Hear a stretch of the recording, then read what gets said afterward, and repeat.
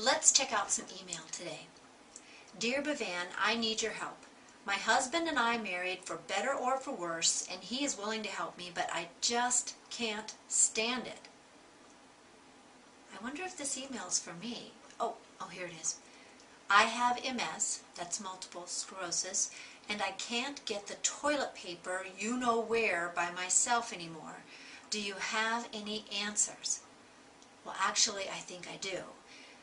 Hygiene after toileting is something that most adults in America would like to have handled privately, discreetly, and independently.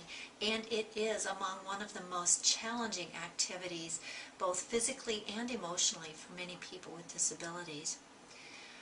People who have normal hand and arm function and normal proprioceptive senses can only imagine how complicated and difficult handling toilet paper and getting it to the right perianal spot can be after toileting.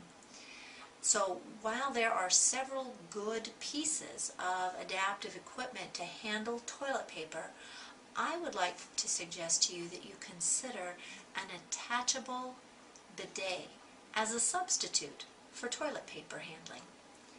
Now, an attachable bidet can help a person with a disability with hygiene after toileting by allowing them to do that activity independently through the touch of a button.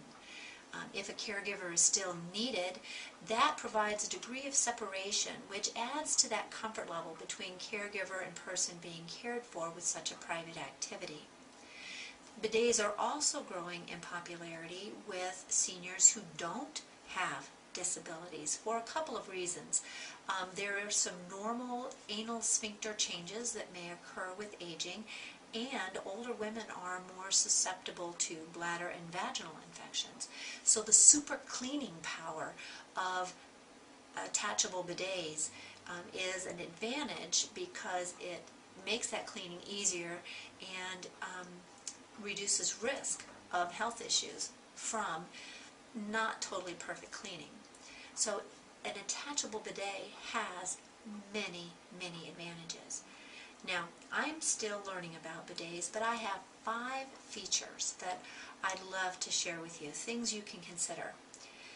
The first is that while in America we consider toilet paper king, people all over the world are using bidets quite joyfully and gleefully.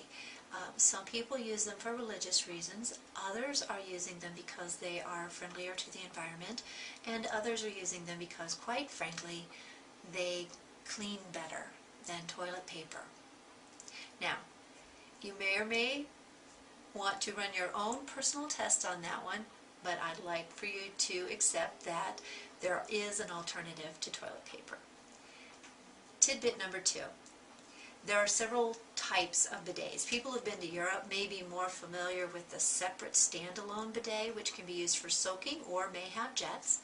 There is an attachable bidet that replaces the toilet seat on an existing toilet. There is an attachment bidet that fits between the toilet seat and the toilet. And then there are portable bidets. Now, I'm typically recommending the attachment bidet, sort of the toilet seat bidet, because you don't have to have extra room for a separate plumbing fixture, and because people who have difficulty transferring can just sit in one place and take care of everything.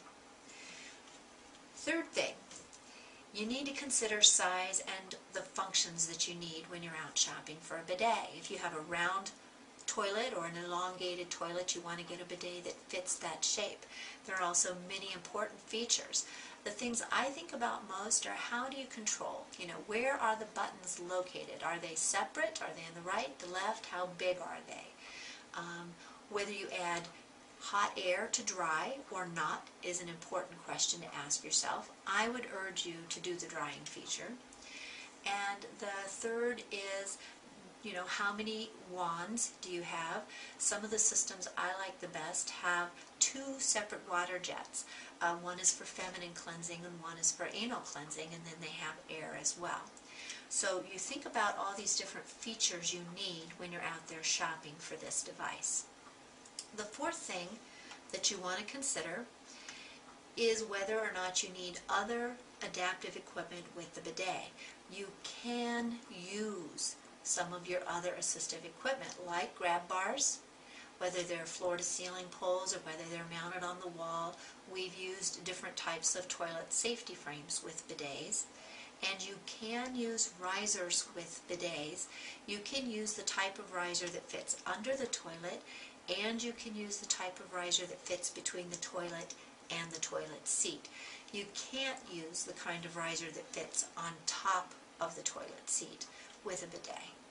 But you can keep things like height and balance supports with a bidet. And the fifth and final thing that I want to offer is that you should prepare for a bidet. It doesn't take much. It uses the existing water supply for your toilet, so that's a no-brainer, but it is nice to have a GFCI protected outlet down near the toilet. So when I'm working with people who are remodeling their bathroom, even if they have no trouble at all handling toilet paper and getting it to where it's needed, I'll suggest they add that outlet down low. That makes it easier to add the bidet in the future. You can add it and plug it into any outlet that's within a certain distance of the bidet, but if you're using that outlet already for like curling irons and hair dryers and recharging your toothbrush, you don't want to be trying to plug the bidet in there as well. So preparing ahead during remodeling by just adding a GFCI protected outlet at the toilet will prepare you for the wonderful world of bidets. So share the news and share the video. There is an alternative to toilet paper.